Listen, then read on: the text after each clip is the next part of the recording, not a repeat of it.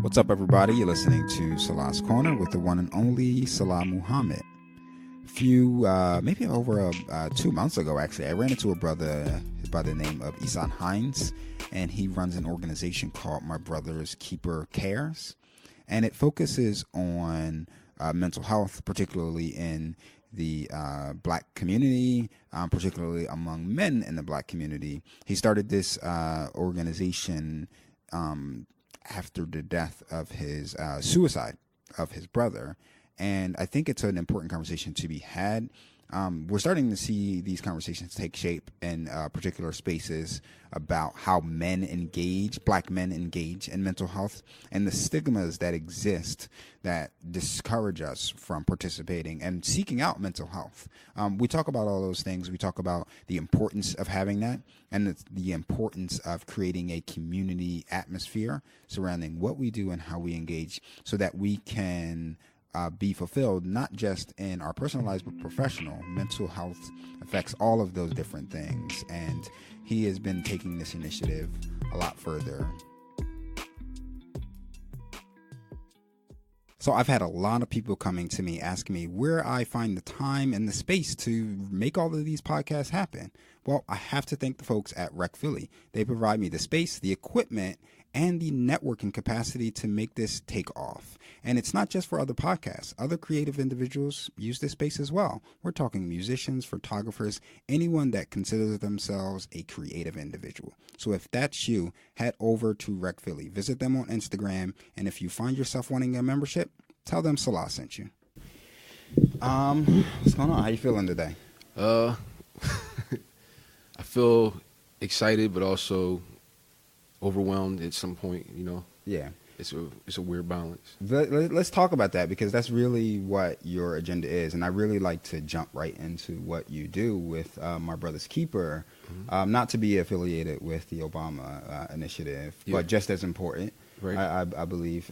Talk about that. Talk about what you do, and what you're willing to share, and how you got started. Okay, so even just to clarify that, so I've added cares. Cares is usually used in all the descriptions for our social media content, but also as I incorporated as My Brother's Keepers Cares to make sure that we stand apart from the Obama initiative, even though I support Obama and I don't mind being confused with whatever he's got going on at all. Absolutely. Yeah. So, My Brother's Keeper Cares, it was an initiative started in memory of my younger brother, Atif, who tragically died from suicide August 31st, 2007. And I just felt like the suicide survival period that I had to go through and that I'm still dealing with, it was just really overwhelming. And I realized like my own depression needed help. So I wound up going through counseling. I wound up getting pulled in different directions by people who had suicide and mental health awareness initiatives, asking me to come out and speak about my experience with loss.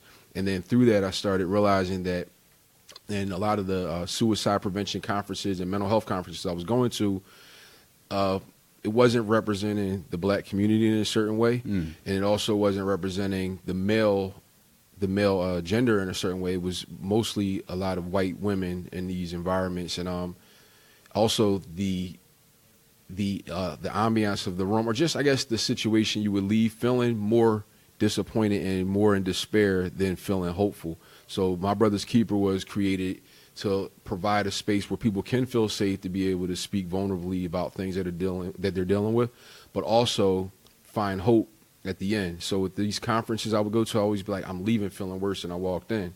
So I wanted to create concerts, conferences, community conversations, and ultimately link people with counselors who could actually pull them out of the dark places in their lives. It's interesting that you mentioned how they're really catered to white women, because it's always been a negative stigma, especially within the black community, especially among black men, that you're not supposed to be able to deal with those emotional things that you go through openly. Right, like it's something that's supposed to be swept under the rug. You're supposed to just be a quote unquote man, and go out there and just ignore what you feel, ignore kind of the mental struggles that you're going through. Yeah, and like, it's not surprising when you say that, because that's just kind of what our community really has been about for decades. Yeah, and it's like, as you started to build this platform, Are you seeing that where some, especially black men,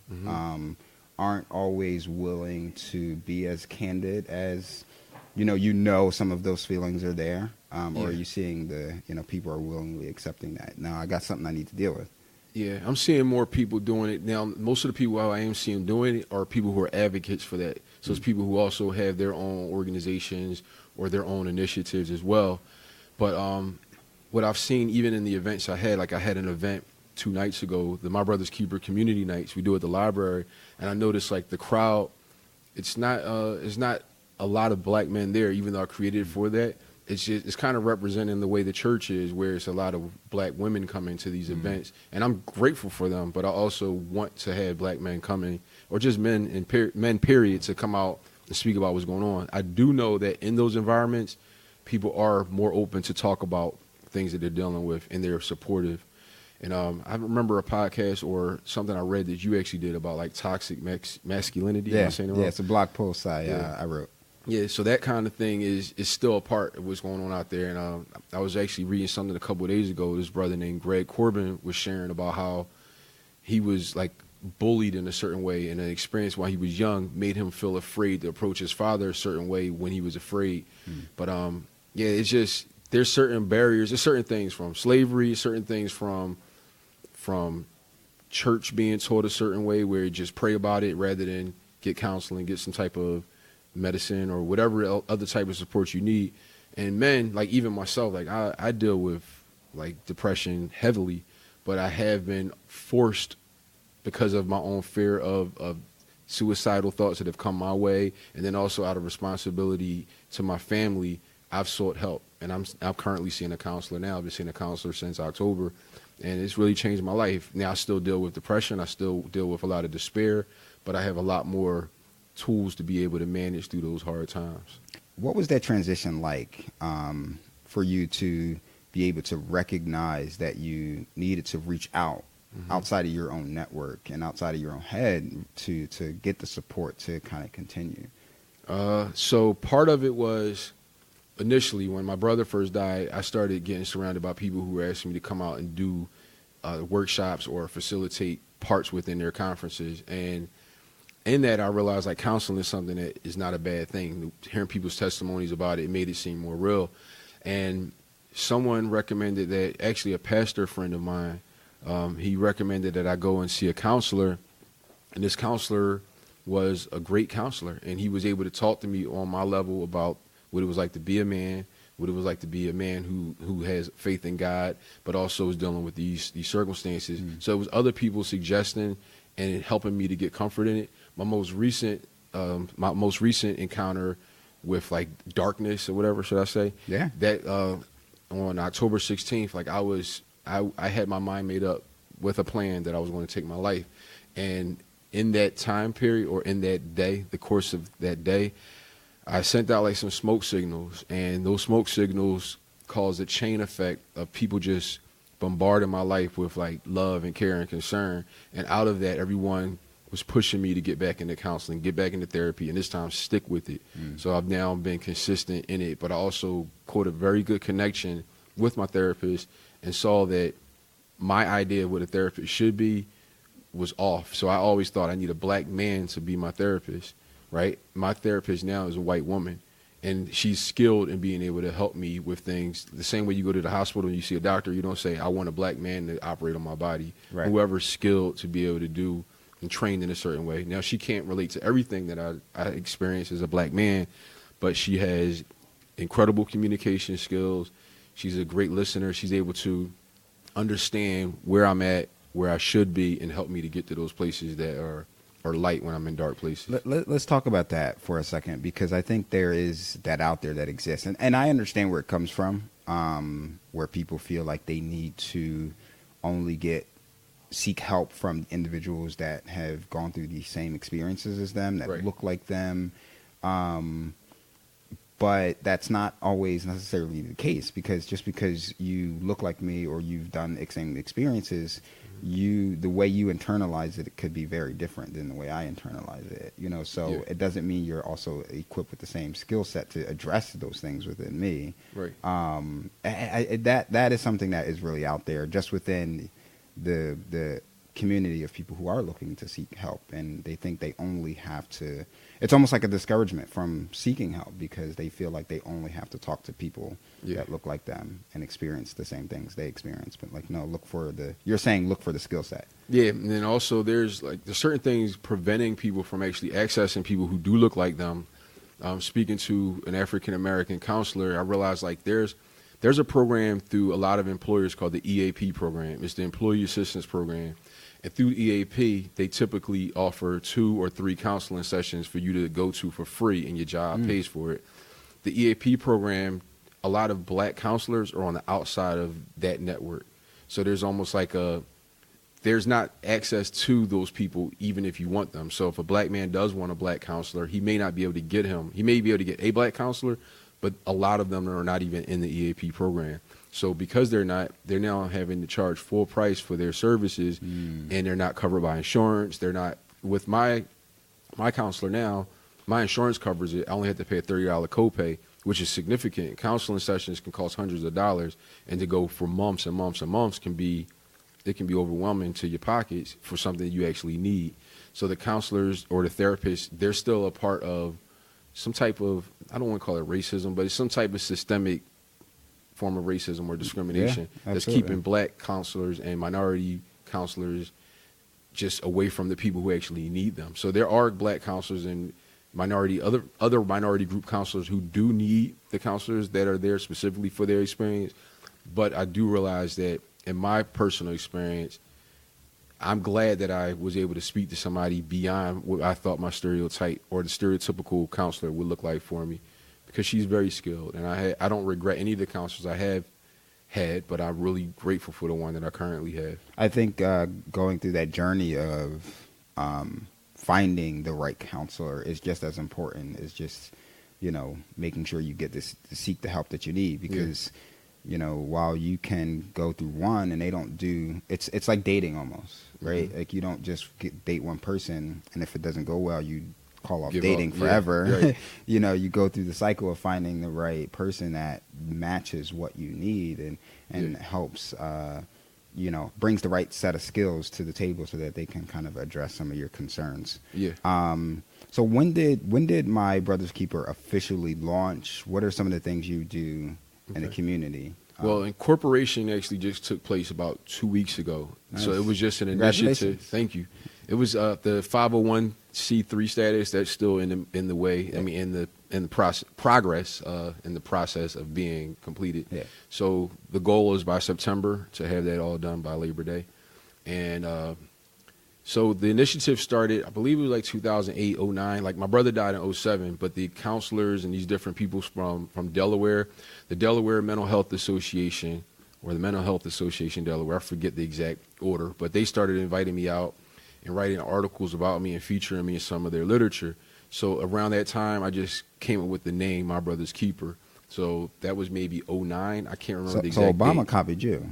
Yeah, that's what it sounded like. When Obama dropped, I was salty because I was like, wow, you can't. That's like if my name was Jay-Z first, and then Jay-Z comes out, I'm like, you can't compete there, right? Yeah. But I was grateful that it was him, because if it would have been somebody else, I don't want to say names, I would be like, I got to change the whole name. You know what I mean? I feel you. But and a goal, I don't know if this is possible, but I would like to eventually, after we're established and we have more credibility, reach out to Obama and ask him, can I have a mental health wing of what he has going on? Because I think most of what he's doing is about mentorship and trying to help people with education.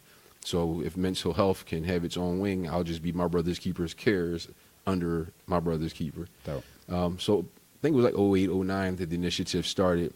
And it initially was concerts at Love Park. Mm-hmm. So we would go out to Love Park every summer, and for the final week of August, we would reserve space in the park and just do concerts right in front of the right outside of the fountain. And this was around the week that my brother died, so it was in memory of him, but it's also a week before Suicide Prevention Month, which is September. So it was like an incredible door open. That's a funny story. Like, I thought it was going to cost me ridiculous amounts of money to have this. And I called and told somebody about my brother, and they worked at the park. And they said, well, we do these concerts every day, and they're only like $25 for you to reserve a slot. So I was able to get a whole slot every day for a week for $125. Wow. And the equipment was provided. I just had to bring the talent. And we did that for several years until Love Park shut down a few years ago for renovation. Yeah. So I'm now trying to reestablish a new location. I'm hoping to bring it to West Philly or Southwest Philly, closer to where I grew up, to Malcolm X Park or to Clark's Park. But yeah, we started with that. And then last year, while I was going through my bout with depression, I started, as I was coming out and going into like therapy, in November, I walked into a library, and one of the head librarians was inviting me out to a meeting that was happening the next day with all these people from the community, from like political backgrounds, just nonprofit sectors, a lot of people who were doing things. And I applied for space at the library for the following year. So from February of this year until the end of this year, I have the library reserved at 5801 Baltimore Avenue, the Blanche Nixon Library in Southwest Philly. And what I've been doing is having a monthly community night where we have a conversation about mental health, suicide prevention, suicide awareness, fatherhood, sexual abuse, whatever is impacting our community and our mental health and our well-being. We discuss those things.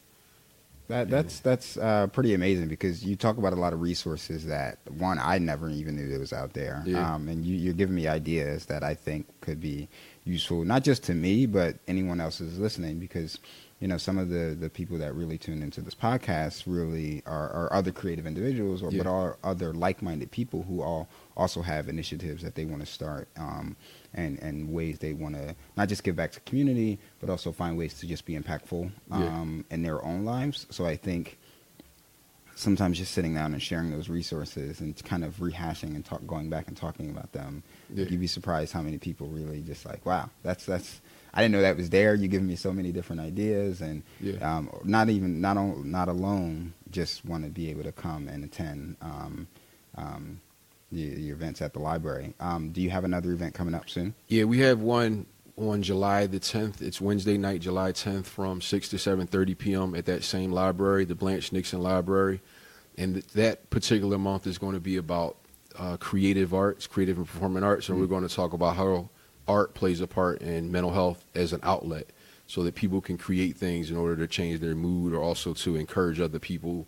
The mural arts programs and all those things throughout the city, they change environments. They give somebody something to look at in a positive way. But for me, it's spoken word. So next month, I'm going to be doing spoken word. I have a few other people doing spoken word. The program is still being developed. At this point, it's just spoken word, but I'm hoping to have somebody there also painting throughout the program as well. Yeah, you're a writer yourself, too. I read one of the pieces you wrote about some of the bouts of depression you were going through. Are you going to do any more writing? Yeah, so I'm working on a book called The Pendulum. Now, this idea for this book came in like 99 or 2000. It was around New Year's of whatever year that was. And the idea came about the grandfather clock hand, the pendulum, how time goes back and life goes back and forth as time goes forward. And the idea for it was to just talk about my own personal struggles. Now, before that, things didn't happen in my life yet. I wasn't a father yet. My brother wasn't dead yet. I wasn't even walking with God or trusting God in certain ways in my life. So now, full circle, I'm starting to see how, since that idea, a lot of the things that need to be in that book have transpired, and they're still transpiring. And then what I was stuck with years ago was just giving people depression, giving people the struggle, but not having the victory. So now what I'm grateful for is I'm actually starting to see hope in my own life. I'm starting to have plans. Like, I struggled for years to have plans. And not until last summer, after a period of like fasting and like some personal care, did plans come to me. And I'm now seeing those plans come into fruition. So those are the kind of things that I want the book to offer, not just struggle, so people can just say, yeah, I identify with struggle or poverty or whatever, but I also can see the process, and then also see the progress, and also see the victory and all of that. And yeah, I'm working on that. It's called The Pendulum. I hope to have it done I can't even put a date on it because it's in the timing of how the story is being written with my life. Right.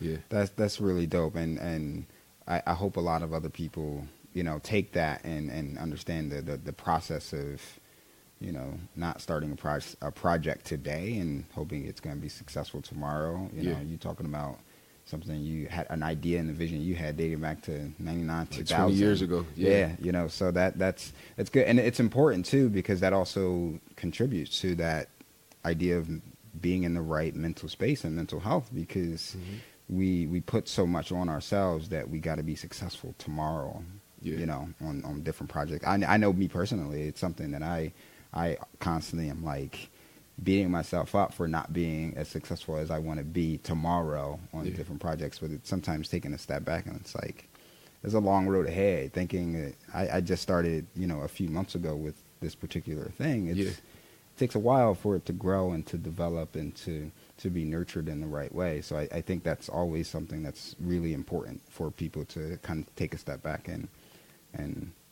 really look at what success really is and how long it actually takes to get there. And it takes, some things are just like God doing things or orchestrating things a certain way. Because even when I met you, I remember crossing paths with you at a coffee shop. I'm not sure if I can say the name. Okay. Uncle Bobby's. I go there every, a lot, actually. Go there a lot. So, yeah. We were at Uncle Bobby's, and I remember just feeling compelled to, like, tell some people about what I have, even though that was, like, some of the beginning months of when I started this thing. I started doing these events in February. I think I might have ran into you in March. Yeah, it was March. So I was just planning for my second event, and I'm handing out flyers, and I remember you saw me giving out the flyer, but you engaged with me in a different way. Everyone engaged with me in a certain way that day, but you engaged with me in a way like I would like to connect with you further. And here it is, June, and we're doing something. So, I mean, it's timing. It's also like God orchestrating things a certain way, because that was my first time in Uncle Bobby's. So, I mean, I didn't know if I come in there an hour early, I might not meet you or whatever. Like, things are timing. And there's timing. Then, like you said, is sharing resources. I did want to address one thing or say something about the idea you said about resources. Anybody listening, the public libraries in Philadelphia offer free rentals for their facilities. They have rooms in the basement, or even the 19th Street Library. They have phenomenal facilities right now, brand new centers that just opened 6 weeks ago, and they allow you to use it for free for events, whether you're doing a concert, a book release, whatever, and you just put in an application and they have to give it to you for free. And that's available to anybody. I have the library for a whole year, and that saves me tremendous everything. It saves me money. It just creates a place that has a good reputation that I can just invite people to, a safe space. They have security already. They have everything you need there. So there are free facilities if anybody's out there looking for something like that. And those free spaces are important, particularly in our community, because we don't have the resources and the financial backing sometimes to do some of these projects that we want. There's some incredibly intelligent individuals that are out there that's in our community that I work alongside with, that I see every day, that I interact with, but they don't have the resources to get some of those things done. They don't have the financial backing to put their ideas to fruition. So good luck with sharing that library drop. It's something that I've been trying to look into for a while, and trying to figure out the right type of events that I want to do with the podcast to correspond with what we do here. So yeah, it's incredibly important for our community to have those. I see you wearing the T-shirt, My Brother's Keeper Cares T-shirt now. Are you gonna make those available to? With these, they're available to people. Primarily, these were created. First, this was created when my brother first died. His best friend. I took this photo of my brother. I took this picture at my son's birthday party. I think my son was turning 1, and my brother was just turned sideways, and I caught this image. So when he died, I sent this to one of his best friends, a guy named Don Scott. He's a phenomenal artist and graphic designer, DJ, creative type, a lot of things. And he made it into a T-shirt so that we could raise funds actually for the funeral. Because unfortunately, my brother was young. He didn't have life insurance. So we had to like come up with the funds in order to actually do his homegoing. And these shirts, after that, became shirts that we decided that we could just change it up a little bit And instead of just being a rest in peace shirt, it could be something that can be more so the logo and the face for the organization. And we wear these at the suicide prevention walks every October. But also, yeah, these are available to anybody who wants to purchase them. And we're working on more shirts that are going to use this as a logo, but also have messages that are more relevant to anybody out there. Where can they find the shirts? You can go to Instagram to MBK Cares. That's the acronym for My Brother's Keeper Cares, and you can find the shirts on there. There's a link on there for our website. The website is mbkcares.com. And also just contacting me directly, 267-972-2954, if you would like to make any arrangements to purchase anything in person or to meet up for a large order. I think what you're, I like how you said that at the end there.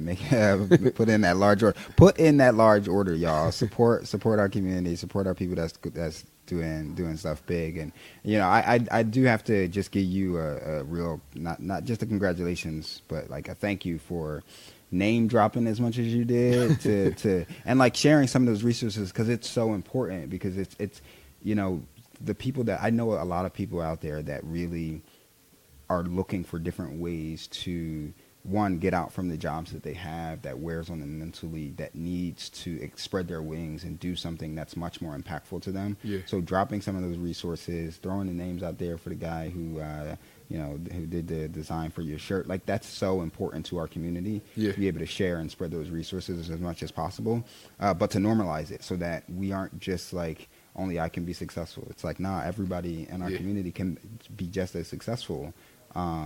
Because it only helps us not just be better financially, but also mentally at the same time. To feel supported.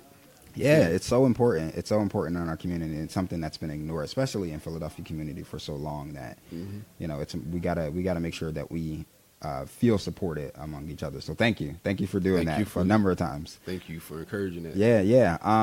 My last thing that I always ask everyone, try to end on a lighter note. What's your most favorite thing in the world right now? Fatherhood. Yeah. So the last couple of weeks, I just got a chance to witness 2 graduations. Like my oldest son graduated 8th grade 2 days ago, and my daughter graduated 2 weeks ago from the 5th grade. Congratulations. My youngest son is only in the 5th grade. He's going into the 5th grade, but his fatherhood has been amazing. My daughter's going to Masterman in September. That's awesome. That's exciting. And just secondary fatherhood, like for my brother's daughter, she's like a daughter to me, and she's just she's joy. And it's just so much joy in seeing children, the innocence that they have, the joy they could bring to a room, how they can make you feel significant just for being who you are, and not just from, it's just something different about being a father. So fatherhood brings me joy. Thank you. I appreciate that. Tell us again where we can find your website, where we can find the T-shirts and information about your events. Everything is going to be under MBK Cares. That's My Brother's Keepers Cares. That's the acronym for it, MBK Cares. That is the Twitter handle. That's the Instagram handle. That's also the website name. That's the Gmail address. Everything is MBK Cares. And my personal website, my personal Facebook page is Ihsan Hines, and that's spelled IHSAN. HINES, and that's where they can find me. And then what about your events? When's the next one, and then what location? Okay, so the next event is the My Brother's Keeper Community Night. That's going to be Wednesday, July 10th at the Blanche Nixon Library, 5801 Baltimore Avenue, 6 p.m. to 7:30 p.m. Free to attend. Dinner is free, and it's a great time to just come out, enjoy a discussion about things that are relevant to us, things that are relevant to the community, things that are relevant to the family, and things that are healthy. Yeah. Definitely healthy. I went to an event. Was that in May? I think it was in May. The one you came to for me? Yeah. April 30th. April, yeah. And it inspired me to write a piece actually for my blog, and I've been sitting on it for a while, and I need to kind of put the finishing touches on it, so maybe I'll put that out there. Yeah. And it was really focused on just bullying and finding support in our community and finding different ways we can provide the right environment for our children Yeah. to survive in schools and things like that. So you cover a number of different topics, and I appreciate what you do for our community. I think it's super important. I appreciate and what you I do. see a lot of success for you. Thank you. Yeah, you providing a platform. Like everyone, you're not competing with anybody, so appreciate that. I mean, I'm sure there's probably other people doing what you do, but you have a heart to connect, and that's important. So I appreciate what you bring to the table too, bro. Thank you, Isan. It was dope. Thank you. I appreciate you. You man. too, man. Thank you. Appreciate you. Thank you.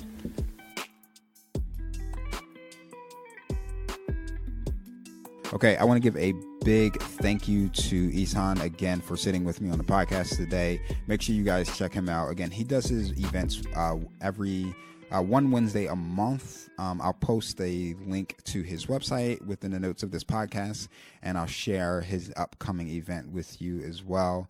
Go out there and support not just him, but the idea that he represents of challenging the negative stigmas surrounding mental health, particularly in the Black community. And I just wanted to share with you guys a blog post that I wrote a few months ago that helped introduce us to each other. Sitting in the car is where I contemplate my next move. Hands clenched around the steering wheel, so tight my knuckles are turning white. It's a hot day in the middle of July as moisture makes my shirt stick to my back under my blazer. There's no thought to turn my car on and cool off. Just what to do next with my life, what to do for my family, what to do for my career, and being let go from another job. And my bones, I feel, is biased against me as an individual. But I'm not confident I can prove discrimination. So I'm left wondering, as my eyes swell with tears, the realization of a difficult journey of finding another job weighs me down. My wealth of experience and training should land me somewhere making close to, if not more than my most recent position. Yet with a name like Salah Muhammad at the top of a resume, it diminishes the call for interviews. Even more unlikely for a second call once they realize I'm a Black man and not an Indian or any other foreigner.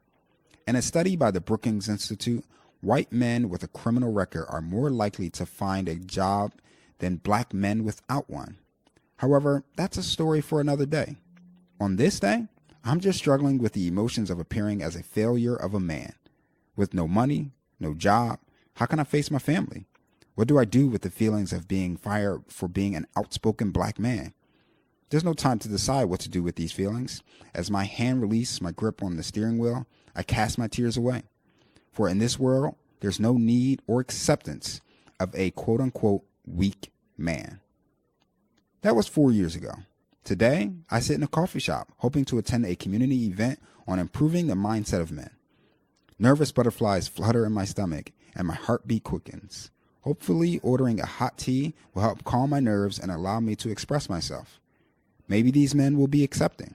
Maybe I'll learn that it's okay to feel. It's okay to cry. It's okay to be mentally right as a man so you can be the right man for your family. This coffee spot has the right vibes to cool me down.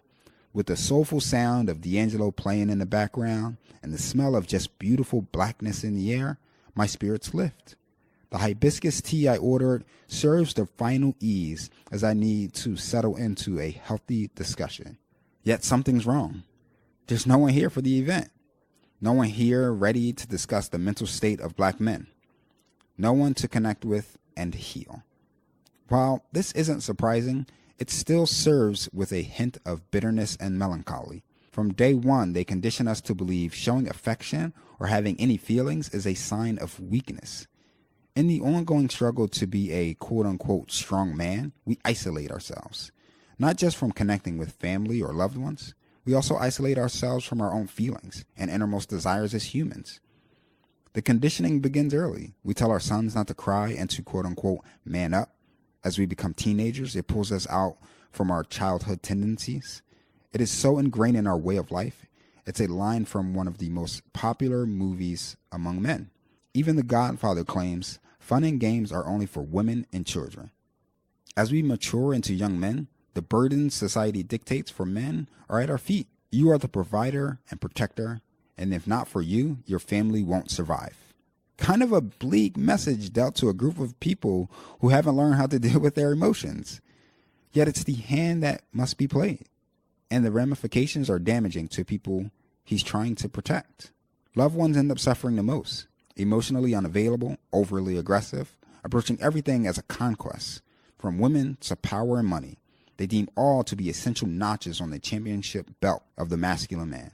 The chase for money and power alienates the masculine man from his family. Sure, everyone wants success and healthy living, yet this can be a disguise to maintain the image of what a masculine man should aspire to be.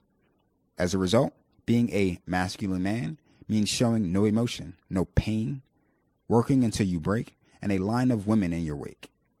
I remember being a teenager hanging around the lockers in the hall with a group of classmates, each boasting with the number of bitches he got and clowning his classmates for being gay. This culture embeds itself in the mindset of many men, demeaning and objectifying women while mocking homosexuality. There's been times when I too have succumbed to this mentality of objectifying women that walk my way. I'm the product of the culture that accepts men for their crudeness and promotes sexual deviant mindset. It's recognizing this to challenge what society dictates acceptable for some and demeaning to others. Yet whenever challenge is made, many people call it an assault on masculinity. Whose job is it to define this term? As a whole, society has dictated how men should be instead of allowing men to be themselves. Whenever a man does express himself outside the lines of defined for being masculine, he comes under attack. Over the last few days, people have asked if I believe masculinity is under attack. The latest claim to say this was when the actor Billy Porter wore a gown to the Oscars. The absurdity of conflating a man choosing to wear a gown to an attack on masculinity depicts the essence of the problem. For the existence of it means the oppression of someone else. You see, in order for masculinity to exist, gay men must be demeaned. Women must be objectives to be conquered. Careers and positions of power must be wielded with force. The response is defensive while claiming no war exists. Today, I make the bold claim that's long overdue. It's time we declare a war on masculinity. The only question remains is which side are you choosing? That is it for another episode of Salah's Corner. Thank you, as always, for tuning in. I hope you like my blog posts. You can always email me any of your questions, comments at realtalk@salahscorner.com. And make sure you are following me on Instagram, Facebook, and Twitter at Salah's Corner. Until next time, peace, y'all.